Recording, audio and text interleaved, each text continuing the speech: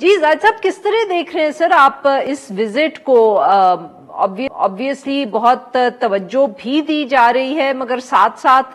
ایسا بھی ہم کہہ سکتے ہیں کہ کوئی بہت میجر ڈیولپمنٹ یا اگریمنٹ یا اس طرح کی کوئی چیز سامنے ابھی تک تو نہیں آئی ہے اس ملاقات کے دوران۔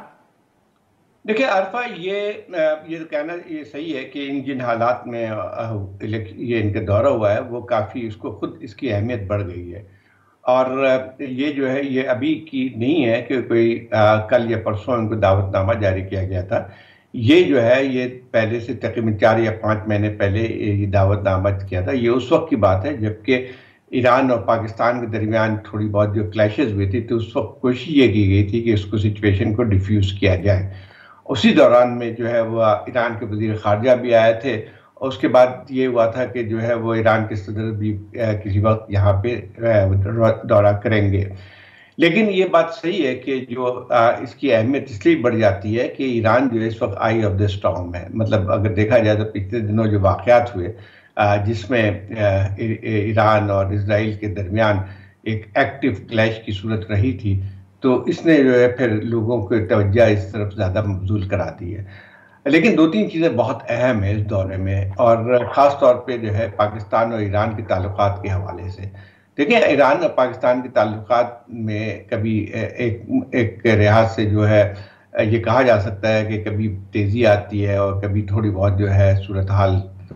تھوڑی انیزی بھی رہی ہیں۔ اس کی بنیادی وجوہات یہ رہی ہے کہ جو ٹیررسٹ کارروائیاں ہوتی رہی ہیں دونوں ممالک کے درمیان، وہ ایک دوسرے کے درمیان بہت مسئلہ رہا ہے۔ تو اس لحاظ دوسرا ایک مسئلہ جو پاکستان اور ایران کے درمیان ہے، دیکھیں ایک بہت بڑی بارڈر ہے پاکستان اور ایران کے درمیان،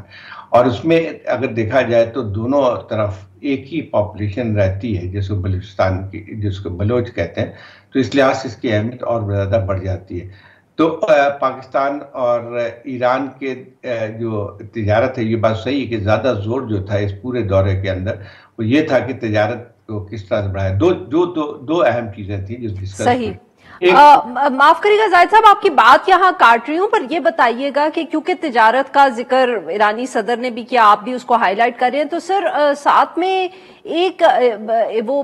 پائپ لائن کا بھی ایشو ہے جو پچھلے دنوں جس کا بہت ذکر ہوتا رہا ہے، بیکاز obviously اس کے بھی ڈیڈ لائنز اور فائنز کے معاملات جو ہیں وہ سامنے آ رہے ہیں۔ دیکھیں یہ بات صحیح ہے کہ ایک تو یہ تھے کہ تجارت